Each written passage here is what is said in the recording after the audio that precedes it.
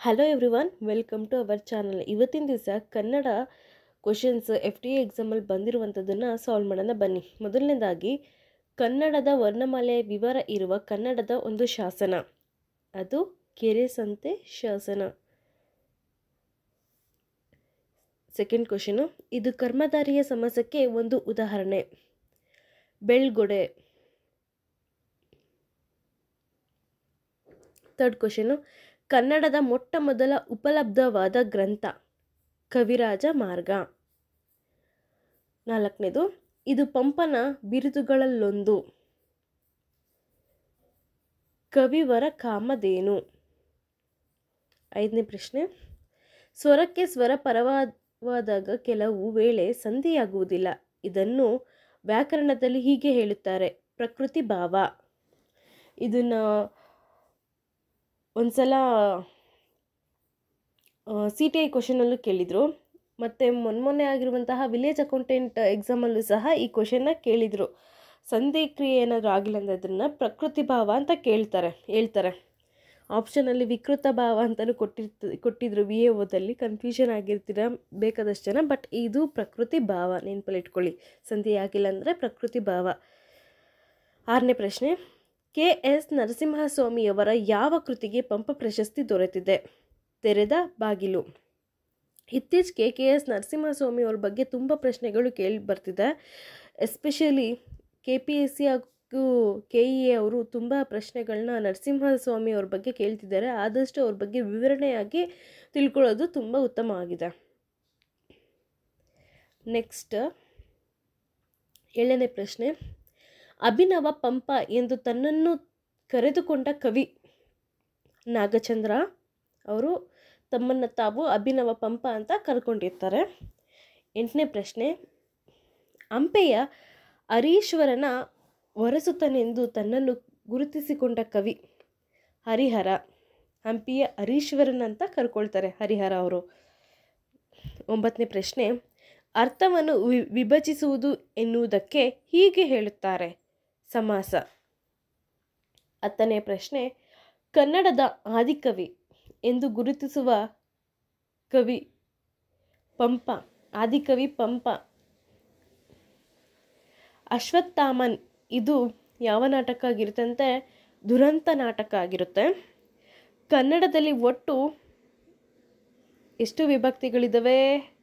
ಎಲ್ಲರೂ ಸಪ್ತಮಿ ವಿಭಕ್ತಿ ಆದಮೇಲೆ ಬರಲ್ಲ ಅಂದ್ಕೊಂಡಿದ್ದೀರಾ. ಸಂಬೋಧನೆ ವಿಭಕ್ತಿ ಸಹ ಇರುತ್ತೆ. ಅದರಿಂದ 8 ವಿಭಕ್ತಿ ಪ್ರತ್ಯಯಗಳಿದ್ದಾವೆ.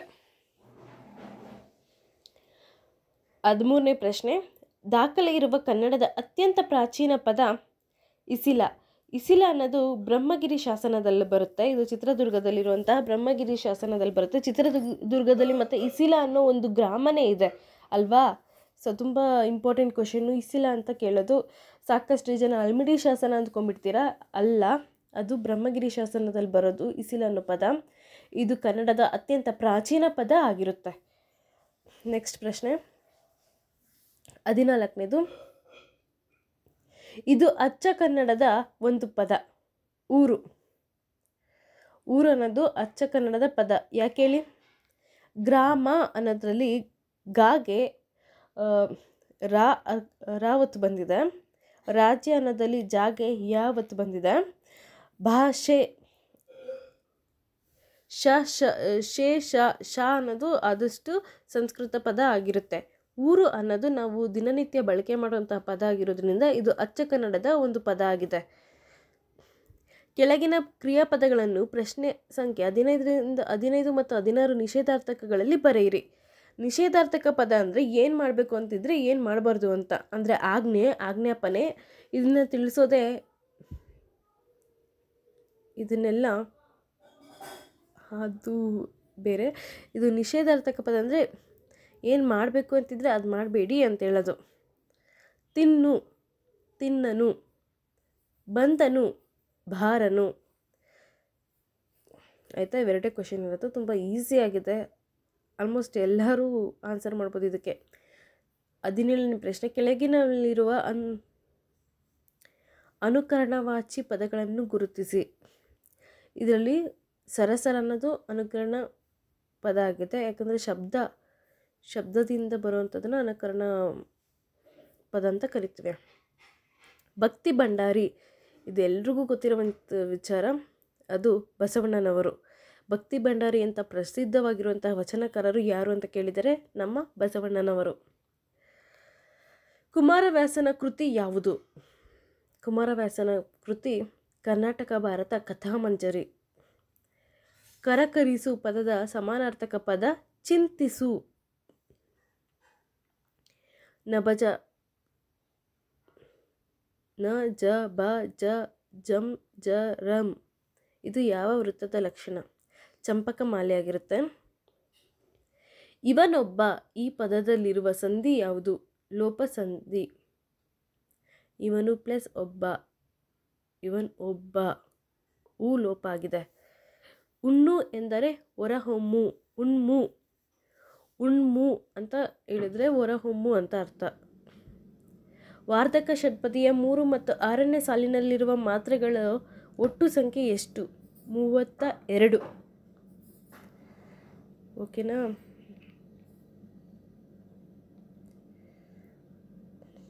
ನೆಕ್ಸ್ಟ್, ಬದುಕು ಬದಲಿಸಬಹುದು, ಇದು ಯಾರ ಕೃತಿಯಾಗಿದೆ ಅಂದರೆ ನೇಮಿಚಂದ್ರ ಅವರ ಕೃತಿಯಾಗಿದೆ. ಮಾಡುವುದಕ್ಕೆ ದೃಢ ಮನಸ್ಸು ಬೇಕು, ಚಾರಣ ಸಂಕಲ್ಪ ಶಕ್ತಿ. ಈ ವಾಕ್ಯದ ಸರಿರೂಪ ಏನು ಅಂದರೆ ಚಾರಣ ಮಾಡುವುದಕ್ಕೆ ದೃಢ ಮನಸ್ಸು ಸಂಕಲ್ಪ ಶಕ್ತಿ ಬೇಕು. 27ನೇ ಪ್ರಶ್ನೆ, ಮಗು ಹುಟ್ಟಿತು, ಇದು ಅಕರ್ಮಕ ಕ್ರಿಯಾಪದ. ಬಟ್ಟೆ, ಈ ಪದದ ಅರ್ಥ ಯಾವುದು ಅಂದರೆ ಸಮಾನಾರ್ಥಕ ಪದ ಯಾವುದು ಅಂತ ಕೇಳಿದ್ದಾರೆ. ವಸ್ತ್ರ ಮತ್ತು ದಾರಿ ಅಂತ ಕರಿತೇವೆ. ಈ ಕೆಳಗಿನ ಕೆಲವು ಕನ್ನಡದ ನುಡಿಗಟ್ಟುಗಳನ್ನು ಪ್ರಶ್ನೆ 29ರಿಂದ 37ರವರೆಗೆ ಅವುಗಳ ಮುಂದೆ 4 ಪರ್ಯಾಯ ರೂಪಗಳನ್ನು ನೀಡಿದೆ. ನುಡಿಗಟ್ಟಿನ ಅರ್ಥವನ್ನು ವಿವರಿಸುವ ರೂಪವನ್ನು ಆಯ್ಕೆ ಮಾಡಿ ಗುರುತಿಸಿ. ಎಂಜಲು ಕೈಯಲ್ಲಿ ಕಾಗೆ ಓಡಿಸಿದವ, ಜಿಪುಣ ಆಗಿರ್ತಾನೆ. ಹಿತ್ತಾಳೆ ಕಿವಿ, ಚಾಡಿ ಮಾತು ಹೇಳುವ ಸ್ವಭಾವ ಇರೋದವ್ರನ್ನ ಹಿತ್ತಾಳೆ ಕಿವಿ ಅಂತ ಕರಿತೇವೆ. 31ನೇ ಪ್ರಶ್ನೆ, ಹೊಟ್ಟೆಗೆ ಹಾಕಿಕೋ, ಕ್ಷಮಿಸು ಅಂತ ಬರುತ್ತೆ. 32ನೇದು, ಎದೆ ತಟ್ಟಿ ಹೇಳು, ಧೈರ್ಯದಿಂದ ಹೇಳು ಅಂತ ಅರ್ಥ. ತಿರುಕನ ಕನಸು, ನನಸಾಗದ ಇಚ್ಛೆ. ಗಗನ ಕುಸುಮ, ಕೈಗೆ ಎಟುಕದ್ದು. 35ನೇ ಪ್ರಶ್ನೆ, ಅಧಿಕ ಪ್ರಸಂಗ ಮಾಡು, ತನಗೆ ಸಂಬಂಧವಿಲ್ಲದ ವಿಷಯದಲ್ಲಿ ಭಾಗವಹಿಸು. 36ನೇ ಪ್ರಶ್ನೆ, ಮೈ ಬಗ್ಗಿಸು, ಶ್ರಮಪಡು, ಕಿವಿ ನೆಟ್ಟಗಾಗು, ಕುತೂಹಲ ಹೆಚ್ಚಾಗು. 38ನೇ ಪ್ರಶ್ನೆ, ಗುಲಾಬಿ ಯಾವ ಭಾಷೆಯ ಪದ? ಉರ್ದು ಭಾಷೆಯ ಪದ ಆಗಿದೆ ಗುಲಾಬಿ ಅನ್ನೋದು. 39ನೇ ಪ್ರಶ್ನೆ, ಪಶ್ಚಿಮಕ್ಕೆ ಕನ್ನಡದಲ್ಲಿ ಏನೆಂದು ಕರೆಯುವರು? ಪಡುವಣ. 40ನೇ ಪ್ರಶ್ನೆ, ಸದಾಭಿರುಚಿ, ಈ ಪದವನ್ನು ಬಿಡಿಸಿದಾಗ ಸತ್ ಪ್ಲಸ್ ಅಭಿರುಚಿ ಅಂತ ಬರುತ್ತೆ. ನೆಕ್ಸ್ಟ್ PQRS ಕ್ವಶನ್ಸ್ ಇದ್ದಾವೆ, ಅದನ್ನು ಮತ್ತೆ ಬಿಡಿಸೋಣ. ನೆಕ್ಸ್ಟು 46ನೇ ಪ್ರಶ್ನೆಗೆ ಹೋಗೋಣ. ಕೆಳಗಿನ ಪದಗಳಿಗೆ ಪ್ರಶ್ನೆ ಸಂಖ್ಯೆ 46ರಿಂದ 55ರವರೆಗೆ ವಿರುದ್ಧ ಪದಗಳನ್ನು ಗುರುತಿಸಿ. 46ನೇ ಪ್ರಶ್ನೆ, ಉಕ್ತಗೆ ವಿರುದ್ಧ ಪದ ನಿರುಕ್ತ, ಪರ್ಣಗೆ ಅಪರ್ಣ, ಮುಂಚು ಹಿಂಚು, ಕಲಿ ಹೇಡಿ, ಇಂಬೆಳಕು ಹೊಂಬೆಳಕು, ಹಂತಿಕ ದೂರ, ಭೂಯಿಷ್ಠ ಕನಿಷ್ಠ, ಸೊಲಪು ಗಂಭೀರ, ಉದಕ ಅಗ್ನಿ, ತಿರೆ ಅಂದರೆ ಆಕಾಶ. ಈ ಕೆಳಗಿನ ಕೊಟ್ಟ ಪ್ರಶ್ನೆಗಳಿಗೆ ಶಬ್ದಗಳಲ್ಲಿ ಪ್ರಶ್ನೆ ಸಂಖ್ಯೆ 56ರಿಂದ 59ರವರೆಗೆ ಒಂದು ಪದ ಉಳಿದ ಗುಂಪಿಗೆ ಸೇರಿರುವುದಿಲ್ಲ. ಅಂತಹ ಪದ ಗುರುತಿಸಿ. ಬುದ್ಧ, ಬಸವ, ಅಲ್ಲಮ್ಮ ಜಂಗಮ ಇವರೆಲ್ಲ ವಚನಕಾರರಾಗಿರ್ತಾರೆ, ಬುದ್ಧನ ಬಿಟ್ಟು. 57ನೇ ಪ್ರಶ್ನೆ, ಕುದುರೆ, ನಾಯಿ, ಸಿಂಹ, ಹಾವು ಸರೀಸೃಪ ಆಗಿರುತ್ತೆ ಹಾವು. 58ನೇ ಪ್ರಶ್ನೆ, ಆನೆ, ಕುದುರೆ, ರಥ, ಒಂಟೆ ಇವೆಲ್ಲ ಪ್ರಾಣಿ ಆಗಿರುತ್ತೆ, ರಥ ಮಾತ್ರ ಜೀವ ಇಲ್ದಿರೋವಂಥದ್ದು ಆಗಿರುತ್ತೆ. 59ನೇ ಪ್ರಶ್ನೆ, ಕಾರು, ಲಾರಿ, ಬಸ್ಸು, ಸೈಕಲ್ಲು ಇವಕ್ಕೆಲ್ಲ ಪೆಟ್ರೋಲ್ ಡೀಸೆಲ್ ಬೇಕಿರುತ್ತೆ, ಸೈಕಲ್ಗೆ ಪೆಟ್ರೋಲ್ ಡೀಸೆಲ್ ಬೇಕಿರಲ್ಲ. ಕೆಳಗಿನ ವಾಕ್ಯಗಳಲ್ಲಿ ಪ್ರಶ್ನೆ ಸಂಖ್ಯೆ 60ರಿಂದ 60ರವರೆಗೆ ಗೆರೆ ಹಾಕಿ ಸೂಚಿಸಿದ ಭಾಗ ತಪ್ಪಾಗಿದ್ದರೆ ಮುಂದೆ ಕೊಡಲಾದ 3 ಪರ್ಯಾಯ ರೂಪಗಳಲ್ಲಿ ಸರಿಯಾದ ರೂಪವನ್ನು ಗುರುತಿಸಿ, ತಪ್ಪಿಲ್ಲದಿದ್ದರೆ ತಪ್ಪಿಲ್ಲ ಎಂದು ಗುರುತಿಸಿ. 60ನೇ ಪ್ರಶ್ನೆ, ಬ್ರಾಹ್ಮಣನಿಗೆ ಮಂತ್ರಾನುಷ್ಠಾನವೇ ಆಧಾರ. ಇದರಲ್ಲಿ ಮಂತ್ರಾನುಷ್ಠಾನ ಮಂತ್ರ ಪ್ಲಸ್ ಅನುಷ್ಠಾನ ಅಂತ ಬರುತ್ತೆ, ಮಂತ್ರಾನುಷ್ಠಾನ ಅಂತಾಗುತ್ತೆ. ಸೊ ಆಪ್ಷನ್ 3 ಆನ್ಸರ್ ಕರೆಕ್ಟಾಗಿದೆ. 61ನೇ ಪ್ರಶ್ನೆ, ಸಭೆ ಹರ್ಷೋದ್ಗಾರದಿಂದ ಮುಗಿಯಿತು. ಹರ್ಷೋದ್ಗಾರ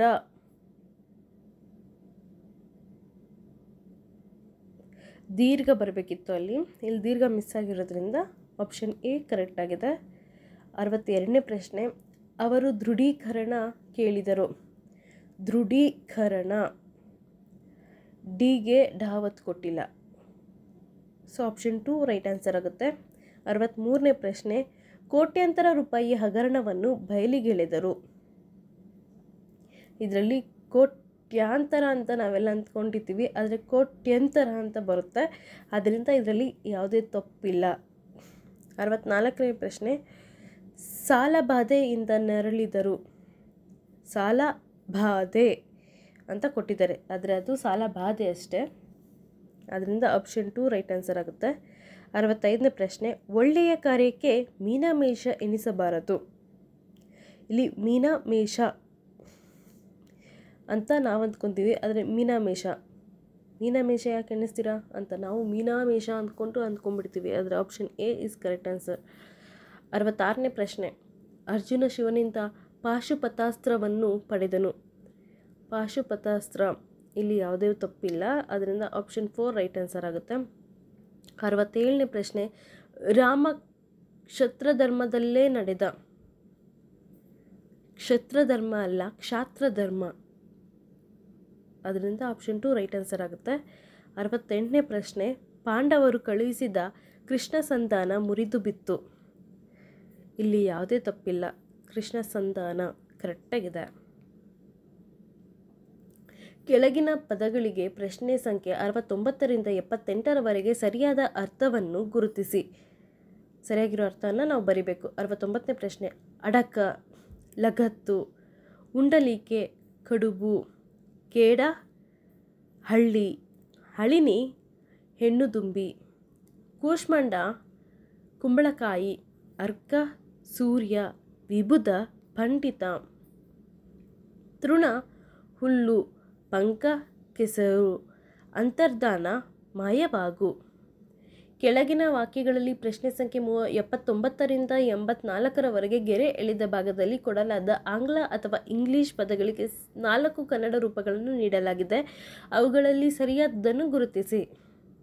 79ನೇ ಪ್ರಶ್ನೆ, ಅವರಿಗೆ ಕನ್ನಡದಲ್ಲಿ ಫ್ಲೂಯೆನ್ಸ್ ಇದೆ, ಅಂದರೆ ನಿರ್ಗಳತೆ ಇದೆ ಅಂತ ಅರ್ಥ. ಆಪ್ಷನ್ ಎ ರೈಟ್ ಆನ್ಸರ್ ಆಗುತ್ತೆ. 80ನೇ ಪ್ರಶ್ನೆ, ಪ್ರತಿಯೊಬ್ಬ ಲೇಖಕನಿಗೂ ತನ್ನದೇ ಆದ ಪೊಯೆಟಿಕ್ ಲೈಸೆನ್ಸ್ ಇರುತ್ತದೆ. ಪೊಯೆಟಿಕ್ ಲೈಸೆನ್ಸ್ ತೊಗೊಂಡು ಪೊಯೆಟ್ಸು ಪುಸ್ತಕವನ್ನು ಪ್ರಕಟಣೆ ಮಾಡಬೇಕಾಗಿರುತ್ತೆ. ಅಂದರೆ 4ನೇದು ಕರೆಕ್ಟ್ ಆನ್ಸರ್ ಆಗುತ್ತೆ, ಆಪ್ಷನ್ನು ಕಾವ್ಯ ಸ್ವತಂತ್ರ ಅಂತ. 81ನೇ ಪ್ರಶ್ನೆ, ವಿದೇಶಕ್ಕೆ ಪ್ರಯಾಣಿಸಬೇಕೆಂದರೆ ಪಾಸ್ಪೋರ್ಟ್ ಕಡ್ಡಾಯವಾಗಿರುತ್ತದೆ. ಆಪ್ಷನ್ 2 ರೈಟ್ ಆನ್ಸರ್, ರಹದಾರಿ ಪತ್ರ. 87ನೇ ಪ್ರಶ್ನೆ, ದಿನವೂ ಕಮ್ಯೂಟ್ ಮಾಡಲಾರದೆ ಕೆಲಸಕ್ಕೆ ರಾಜೀನಾಮೆ ನೀಡಿದರು. ಕಮ್ಯೂಟ್ ಅಂದರೆ ಆಪ್ಷನ್ 3 ಹೋಗಿ ಬರುವ ಪ್ರಯಾಣ. 83ನೇ ಪ್ರಶ್ನೆ, ಎಲ್ಲ ರಾಜ್ಯಗಳು ತನ್ನದೇ ಆದ ಸ್ಟೇಟ್ ಎಂಬ್ಲೆಮ್ ಹೊಂದಿರುತ್ತದೆ. ಆಪ್ಷನ್ 1 ರಾಜಲಾಂಛನ ಸರಿಯಾದ ಉತ್ತರ.